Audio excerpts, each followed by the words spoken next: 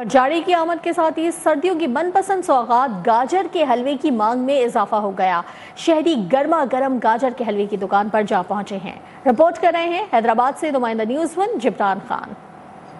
سرد موسم ہو اور سردیوں کی سوغات گاجر کا حلوہ شہری نہ کھائیں، ایسا ممکن نہیں۔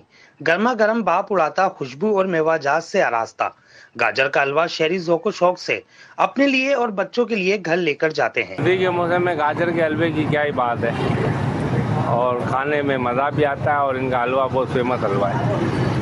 تو یہ ہے کہ آتے ہیں ہم لوگ، اور جب سردی ہوتی ہے تو ان کے گاجر کے حلوے کا لطف اٹھاتے ہیں۔ گاجر کا حلوہ یہاں شاہلطیف ڈیری کا بہت اچھا ہوتا ہے، اور بچے بھی شوق سے کھاتے ہیں، بڑے بھی شوق سے کھاتے ہیں، اور اس کی اسپیشل سوغات ہے ابھی موسم کے حساب سے، تو بہت اچھی ہوتی ہے، بہت اچھی لگتی ہے۔ گاجر کا حلوہ تیار کرنے والے دکاندار کہتے ہیں کہ سردیوں میں اسپیشل گاجر کا حلوہ تیار کرتے ہیں جو ہاتھوں ہاتھ فروخت ہو جاتا ہے۔